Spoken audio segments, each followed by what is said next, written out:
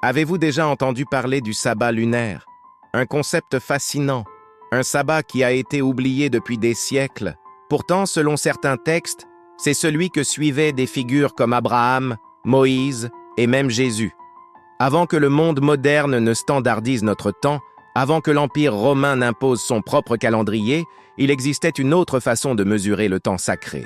Dans cette vidéo, nous allons explorer ensemble le sabbat biblique originel, celui qui a été fixé par le Créateur dans le ciel et non sur un calendrier terrestre accroché sur les murs ou posé sur les bureaux. Pour commencer, allons directement à la source, dans Genèse 1, verset 14. Il est écrit « Qu'il y ait des luminaires dans l'étendue du ciel pour séparer le jour d'avec la nuit, que ce soit des signes pour marquer les époques, les jours et les années. » Ici, les luminaires désignent le soleil et la lune. Leur rôle n'est pas seulement d'éclairer la terre, mais aussi de servir de repère pour le temps sacré, les fêtes, les mois, et donc le sabbat. Selon cette interprétation, le sabbat d'origine n'était pas un jour fixe de la semaine comme notre samedi, mais il était déterminé par les phases de la lune. Alors, comment fonctionnait ce calendrier lunaire? C'est assez simple et poétique. Le calendrier biblique suivait le cycle de la lune qui dure environ 29 à 30 jours. Chaque mois débutait avec l'observation de la nouvelle lune, ce fin croissant qui réapparaît dans le ciel. À partir de là, on comptait les jours. Les sabbats tombaient alors toujours aux mêmes dates du mois lunaire, le 8e, le 15e, le 22e et le 29e jour. Cela correspondait aux 4 phases principales de la lune. Le premier sabbat au premier quartier, le deuxième à la pleine lune, le troisième au dernier quartier et le quatrième juste avant la nouvelle lune suivante. Le peuple d'Israël organisait ainsi son temps en harmonie directe avec les cycles célestes. Mais existe-t-il des preuves de cela dans la Bible?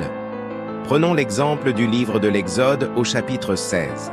Dieu envoie la manne du ciel pendant 6 jours, mais le 7e jour, il n'y en a pas, car c'est le sabbat. La Bible précise que le cycle de 40 ans de collecte de cette manne a débuté le 16e jour du mois lunaire, après le sabbat du 15e jour du mois, qui, dans le calendrier lunaire, correspond à la pleine lune.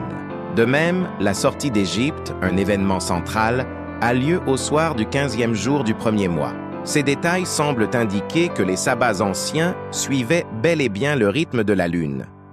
Alors, comment en sommes-nous arrivés à l'oublier? Au fil des siècles et des empires, notamment Babylone puis Rome, les calendriers ont été modifiés.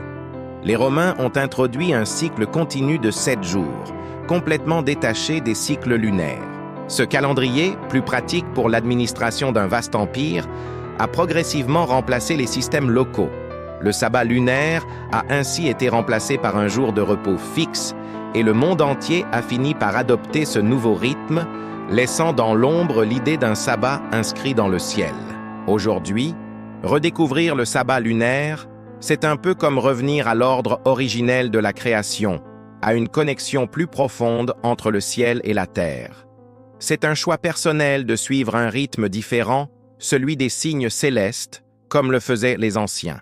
Le sabbat lunaire nous invite à lever les yeux et à nous reconnecter à la vérité des origines.